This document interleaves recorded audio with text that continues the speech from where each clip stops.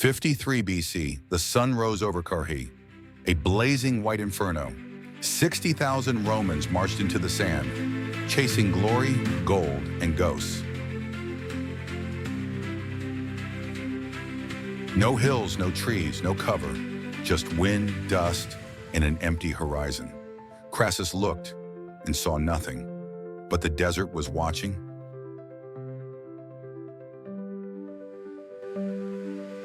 Then came the sound, deep, rhythmic, alien. The Parthians had arrived, and with them, the whisper of death.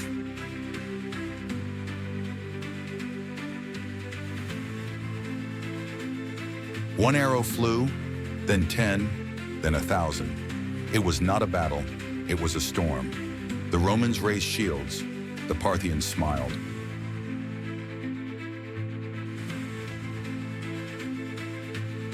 From the plains of Persia, they mastered one art, to ride and to kill without stopping.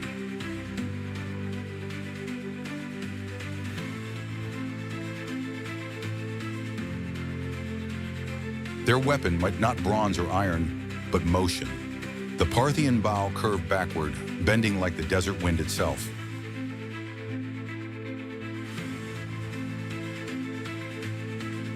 To retreat was to fight, to flee was to kill. The Parthian shot, a single motion that shattered Rome's logic. Crassus, the richest man in Rome, thought gold could buy victory, but the desert didn't care about gold.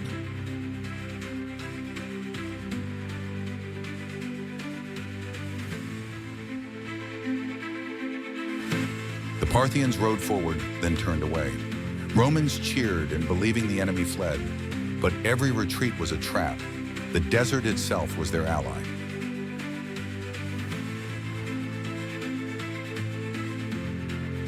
The wind shifted. Dust swallowed the sun. Roman discipline broke in minutes. Parthian arrows fell for hours.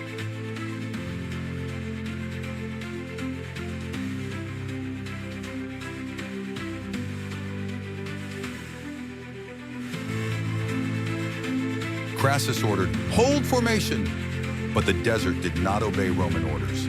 Heat sapped strength, sand burned lungs. The enemy never closed, they just kept firing. To the Romans, war was order.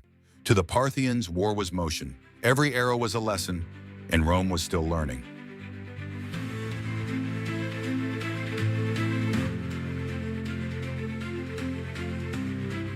The Parthians formed a ring, 10,000 horsemen circling. Inside the circle, the Romans waited. Outside, the storm never ended. The sky turned black with shafts. Shields splintered. Men fell without ever seeing their enemy.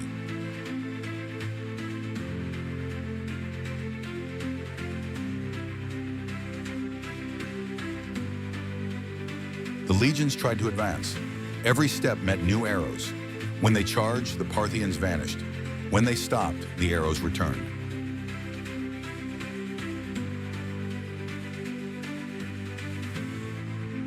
Horses screamed, shields rattled. The formation, once perfect, broke like glass.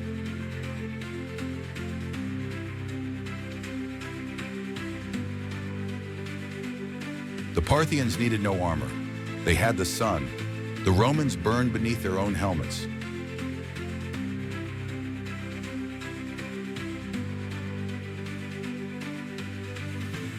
When their arrows ran low, camels brought more. Endless supply, endless death.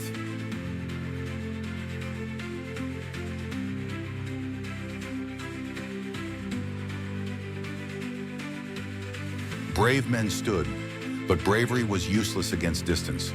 The stronger they stood, the longer they died.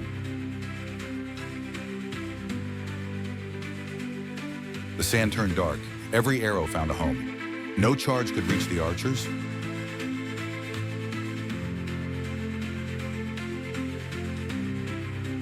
Their water was gone.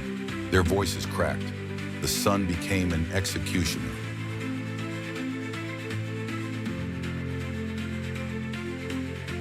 The Roman cavalry charged. The Parthians turned in saddle and shot back. The legend was born. The Parthian shot was more than a trick. It was geometry, timing, and fear combined, a dance of death in the sand. The Romans tried to withdraw. Every step back was a target. The desert had no cover, only death.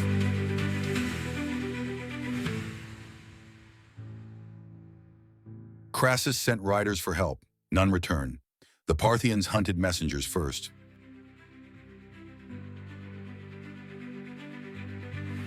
The legions formed squares. They waited for the charge that never came. The enemy chose patience over blood.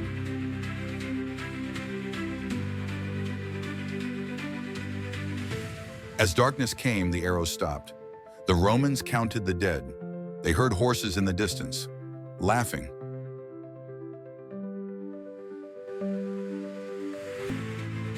Crassus believed the Parthians had gone. At dawn, the drums returned, louder, closer.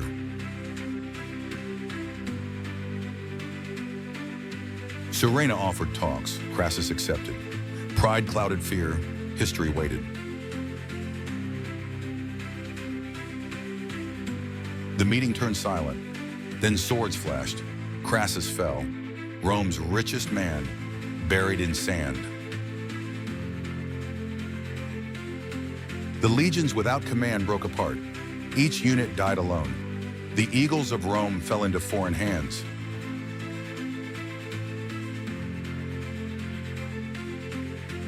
A few survivors stumbled west. Their armor gleamed like coffins in the sun. 10,000 captured, 40,000 dead. The desert kept its silence. For the first time in centuries, Rome learned fear, and the lesson came from a backward arrow. The West forged iron, the East forged speed. Power was no longer measured in armor. The Parthian shot was not a trick. It was a doctrine: strike, move, vanish.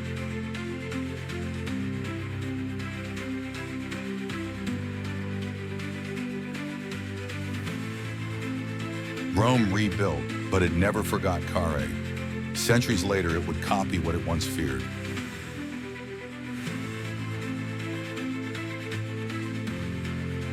From Parthia to Persia, from steppe to empire, every archer who turned and fired owed his soul to Sirena.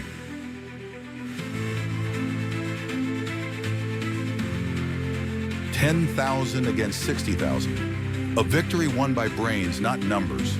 By silence, not shouting." The arrow flies backward, but its meaning moves forward. Sometimes the future rides away before anyone sees it coming.